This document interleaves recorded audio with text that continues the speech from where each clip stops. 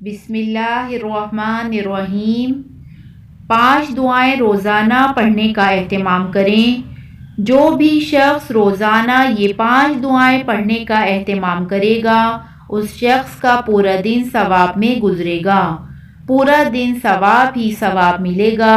اس کی توبہ کو اللہ تعالیٰ کی بارگاہ میں قبول کیا جائے گا اور اللہ تعالیٰ کا اس شخص کے اوپر خاص فضل و کرم ہوگا۔ تو یہ 5 دعائیں روزانہ ضرور پڑھیں۔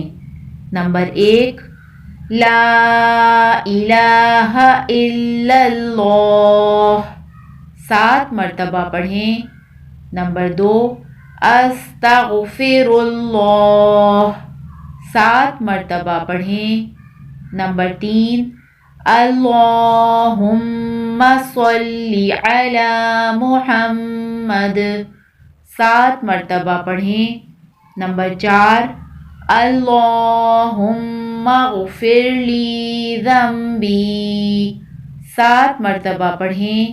نمبر 5، اللہم انک عفو تحب العفو فاعف عنی 1 مرتبہ پڑھیں۔